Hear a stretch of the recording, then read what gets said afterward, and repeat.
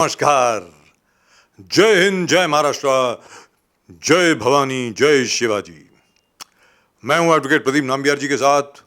हम दोनों हैं नेशन नाउ पर और नेशन नाउ है हमेशा आपके साथ।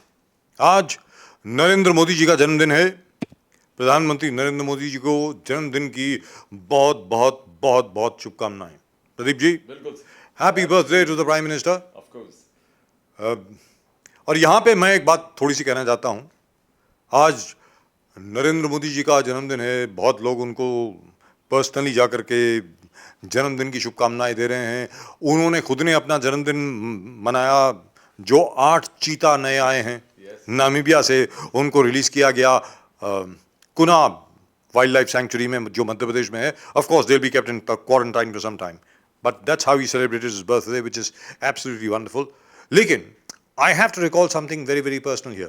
In 2003, when the RKB show was on सहारा के ऊपर जब RKB show आता था, उस वक्त प्रदीप जी आपको याद होगा, हम लोगों ने SMS पर सवाल पूछा था। हमने ये कहा था, भाई I would like to see Narendra Modi as the Prime Minister of India. Would you like to see him as the PM of India? उस वक्त नरेंद्र मोदी गुजरात के मुख्यमंत्री थे। भारत के उस वक्त प्रधानमंत्री जो थे उस वक्त अटल बिहारी वाजपेयी थे। और उस वक्त जो सबसे पहला रिस्पांस हमको आया, तकरीबन प्रदीप जी 10,500 के करीब SMS आए, जिसमें से 10,200 के करीब जो SMS थे, उन सब ने ये कहा, we would like to see mister Modi as the prime minister. बाकी जो 100-150 थे, बहुत लोगों ने बड़ी अच्छी अच्छी बातें मुझे सुनाई। ये कहा कि तू खाकी चड्डी वाला गुंडा है, हम तुझे सहारा से निकाल के छोड़ेंगे, वगैरह वगैरह वगैरह। ये सिलसिला चलता रहा 2009 तक। मैं आपको बताऊं, यहां तक कि डॉक्टर मनमोहन सिंह के आने के बाद भी जब हम लोगों ने ये सवाल पूछा, हमेशा जब भी हम लोगों ने ये सवाल पूछा कि क्या आप चाहेंगे कि नरेंद्र मोदी देश के प्रधानमंत्री बने, would you like to see mister Narendra Modi as the prime minister of India, the response was overwhelming. Almost 99% of the people who used to respond always used to say that yes, we would like Mr. Modi to be Prime Minister.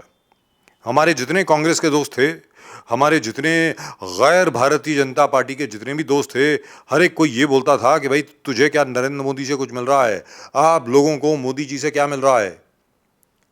मैं हर एक को यही बोलता था कि भाई we are journalist, पत्रकार होने के नाते लोगों की पल्स क्या है ये जानना बहुत जरूरी है।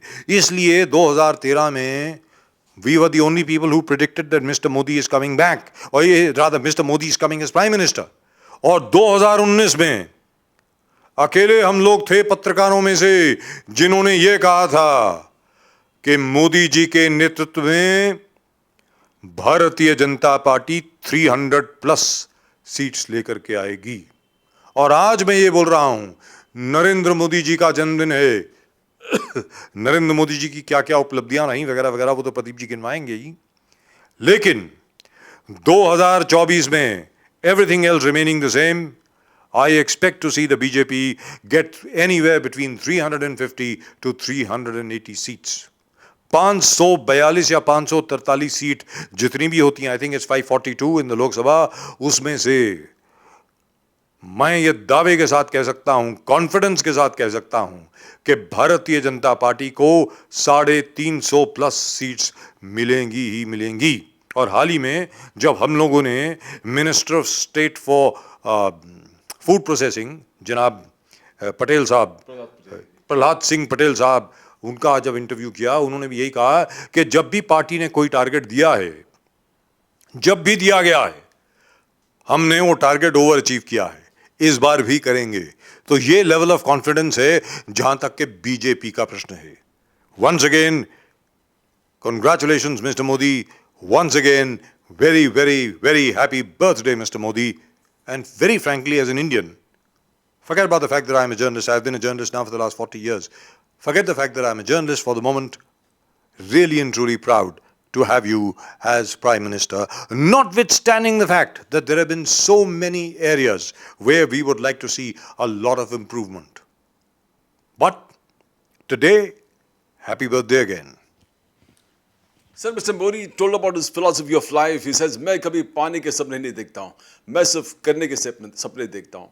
पाने के ललक में असंतोष छुपा रहता है, करने के ललक में संतोष है. जहाँ संतोष है वहाँ आनंद है, जहाँ आनंद है वहाँ उमंग है, और बिना उमंग के क्या जीना. I mean, nobody can, it doesn't come out spontaneously. But to him, it came absolutely spontaneously because probably he's living that kind of a life. What you don't believe, it doesn't come out spontaneously. But what we are talking about is one of the most successful prime ministers of India. In fact, most of the people say he's the best prime minister India has ever got.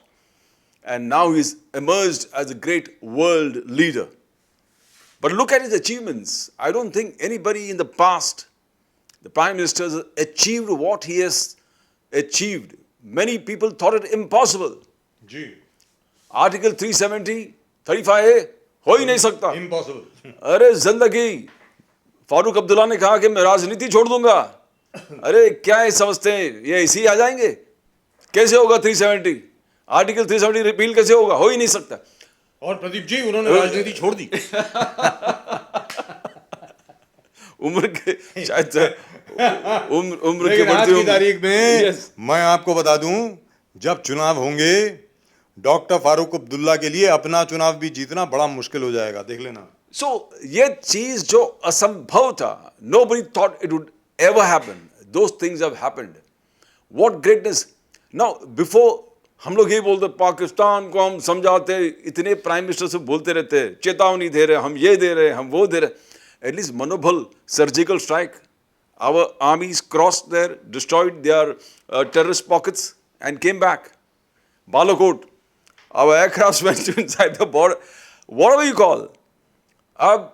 The coordinates were given by RAW. The Indian Air Force destroyed those targets.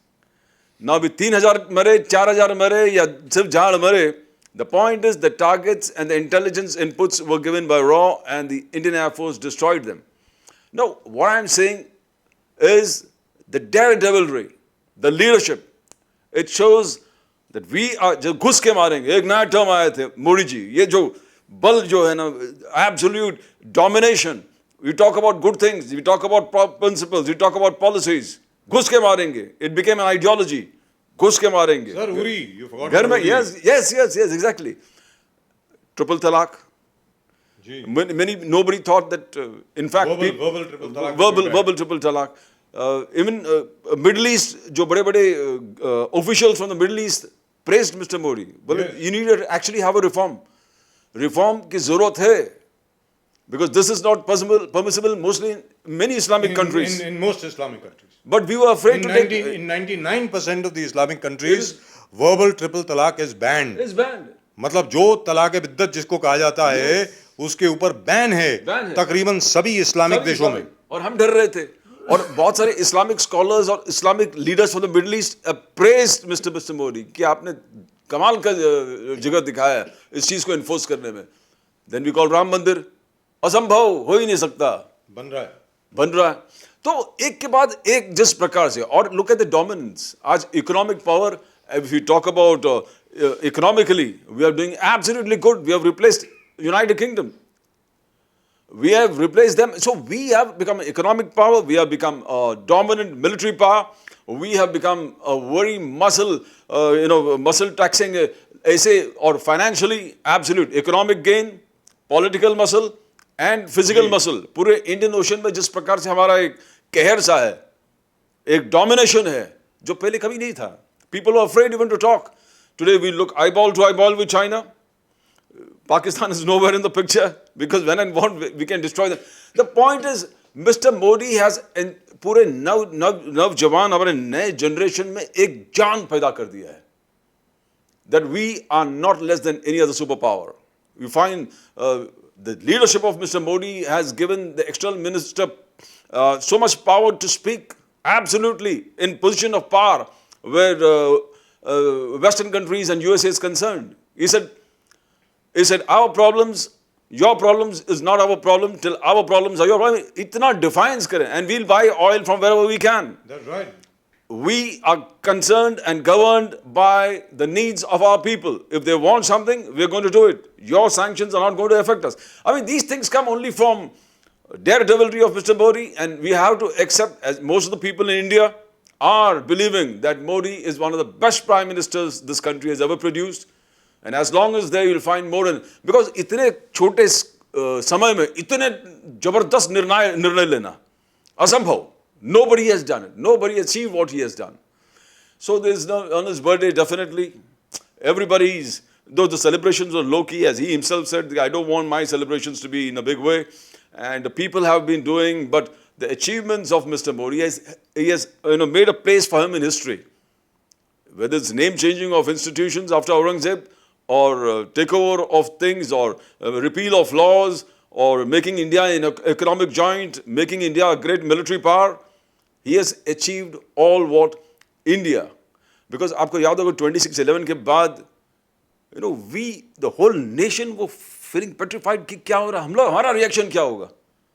और अंदर से लोगों में बहुत गुस्सा हो रहा था कि कर क्या रहे हैं हम लोग. टेररिस्ट अटैक हो गए, इतने लोग मर गए पूरे दुनिया में, और हम कुछ नहीं कर रहे. हम इंक्वायरी कमीशन पे बैठ कर इधर जाएंगे, यूएन में जाएंगे, ये कौन सी है? I mean, what kind of rubbish? In fact, it has forced people like Manish Tiwari to come with a book. That's right. On why they didn't retaliate on 26/11 and how bad it was for the nation. Now these things, you have to think about the morale of the nation. You have to build it up. You have to boost it up. At least by good words, at least by, talking nice, at least by maintaining. And all these things were achieved by Mr. Modi. So great. He is one of the greatest prime ministers this country has got. That is what the majority of the people believe.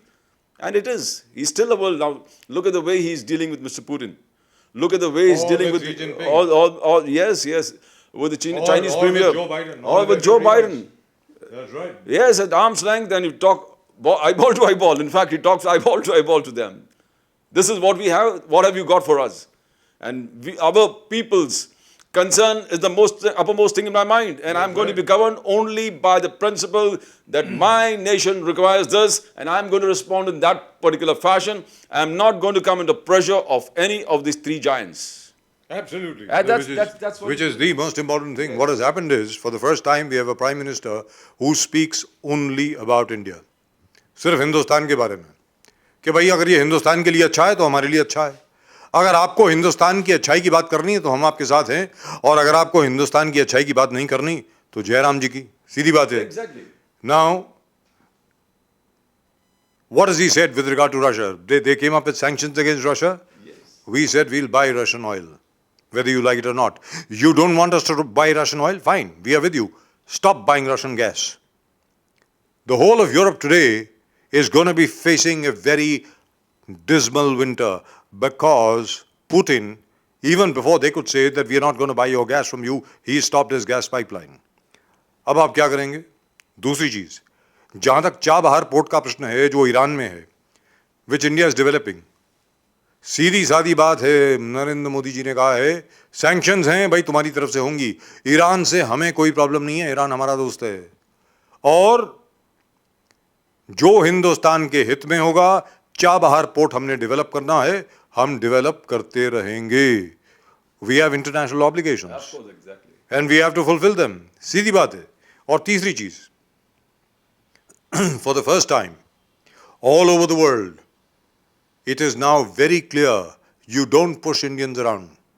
हिंदुस्तानियों को अगर आप उनको गलत तरीके से treat करेंगे तो हिंदुस्तानी सरकार हिंदुस्तानियों के साथ खड़ी है. याद रखिए, इसके पहले हमारी जो हाई कमीशंस होती थीं, हमारी जो एम्बेसीज होती थीं, वहां पर किसी क्लर्क से बात करने के लिए भी आपको न जाने कितनी देर लग जाती थी. आज की तारीख में, वैसे by the way, we must give credit where it is due. This was started by the late Mrs. Sushma Swaraj. Sushma Swaraj ji जो विदेश मंत्री थी, उन्होंने शुरू किया था, अगेन अंडर मिस्टर मोदी, कि किसी हिंदुस्तानी को कहीं पर भी विदेश में जरा भी तकलीफ हो तो पूरी एम्बेसी, पूरा हाई कमीशन हमेशा तैयार है उसकी मदद करने के लिए. She also, in fact, given in the parliament, said that Mr. Modi's, absolute relationship with everybody, every top leader of the world, as ceasefire. She talked about how Saudi and the war between Yemen and Saudi. Yes, how there was the a king of- ceasefire. Yes, the king of Saudi. There was a ceasefire for about 8 hours. Yes, after Mr. Modi. After Mr. Modi talked to him, Yes. 8 घंटे के लिए युद्ध विराम किया गया बिल्कुल sir. ताकि जितने भी हिंदुस्तानी थे उनको वहां से ले जाया जा Yes, सके। yes, yes. और बाय द वे उस जहाज में सिर्फ हिंदुस्तानी नहीं थे, अमेरिकन्स भी थे, Yes. ब्रिटिशर्स भी थे, फ्रेंच नेशनल्स भी थे, और सिर्फ आपकी इंफॉर्मेशन के लिए पाकिस्तानी भी थे, जिनको हिंदुस्तान की इंडियन एयरफोर्स और इंडियन एयरलाइंस के प्लेन यमन से बाहर निकाल करके लाए। And the same thing in the Russian-Ukraine war. Yes, again. Again, the ceasefire, and with all of the students were able to come from this border, that border somehow managed to come out of the war zone. And the Turkish students and the Pakistani students were carrying Indian flags. Yes. हिंदुस्तानी झंडा लेकर के बाहर गए हैं तो जाने दिया। ये है मिस्टर मोदी। और जहां तक नरेंद्र मोदी जी का प्रश्न है, सबसे बढ़िया बात यह है, भले ही हिंदुस्तान में जितना मर्जी क्रिटिसिज्म हो, होना भी चाहिए। भाई हिंदुस्तान जो है वो कोई ओलिगार्ची नहीं है, कोई रॉयल्टी नहीं है हिंदुस्तान में। हिंदुस्तान में कोई बादशाह नहीं है, किसी की बादशाहत नहीं है। जो प्रधानमंत्री होगा उसका क्रिटिसिज्म भी होगा। ये डेमोक्रेसी है, ये जनतंत्र राज्य है, ये ताकत है हिंदुस्तान की। And many times Modi himself said that I love people to draw, criticize me on my work and my politics. Yes. I love it. I love Now, but in terms of what Mr. Modi has done, demonetisation के बारे में आज मैं बात नहीं करना चाहता, आज उनका जन्मदिन है। लेकिन जीएसटी के ऊपर मैं बोलूंगा। यह कहा जाता था कि जीएसटी की वजह से इंडस्ट्री पर बहुत बुरा इफेक्ट पड़ा था। लेकिन आज की तारीख में GST has been completely and totally streamlined. आज की तारीख में जो ब्राइब आपको देनी पड़ती थी सर्विस टैक्स नंबर लेने के लिए, प्रदीप जी, चार्टर्ड अकाउंटेंट्स को जाकर के 5,000 रुपए, 8,000 रुपए वो सब देने पड़ते थे, आज वो सब बंद है। एकदम जीएसटी नंबर मिल जाता है आपको Online. Online, and it is the same tax all over the country. सबसे बड़ी बात यह है, वन नेशन वन टैक्स। आप देखें अगले 2 साल में जिस तरीके से भारत की अर्थव्यवस्था उन्नति करेगी, प्रगति करेगी, उसके पीछे जीएसटी भी एक बहुत बड़ी वजह है। Once again, we must congratulate Mr. Modi, and once again, we must salute him for the fact that he was the one, the force behind OROP. ठीक है, पूरा OROP नहीं मिला। आज अभी भी मेजर जनरल सतबीर सिंह साहब सुप्रीम कोर्ट में गए, कुछ एरियर्स बाकी हैं, which is rather sad by the way. यहाँ पर मुझे ये पॉइंट आउट करना पड़ेगा कि जिस प्रकार आखिर में देवेंद्र फडणवीस जी को यह कहना पड़ा कि जो नौकरशाह, जो ब्यूरोक्रेट्स प्रगति के खिलाफ खड़े होंगे उनके खिलाफ एक्शन होगा, यह देवेंद्र फडणवीस जी को कहना पड़ा। Pradeep ji, We'll show them the door, that's what he said. We'll show them door, आपको बाहर कर दिया जाएगा। यही मोदी जी के साथ भी हो रहा है। बहुत ब्यूरोक्रेट्स हैं अभी सरकार में जो चाहते हैं कि इस सरकार का नाम खराब हो, कि ज्यादा लोग मोदी के खिलाफ हो जाएं। मैं उम्मीद करता हूं कि ये जितने अफसरशाह हैं, जितने नौकरशाह हैं, ये जितने लाल फीती वाले हैं, इन सबको बाहर कर दिया जाएगा बहुत जल्दी। मैं उम्मीद यही करता हूं। Once again, Mr. Modi, very, very happy birthday, very, very, very happy birthday to you. May you have many, many more, and thank God you are our Prime Minister. That's it. That's all we've got for you in tonight's show on Nation Now. Nation Now में आज advocate Pradeep Nambiar जी से और मेरी तरफ से सिर्फ यही, आप सब लोगों को एक बार नमस्कार। जय हिंद, जय महाराष्ट्र, जय भवानी, जय शिवाजी।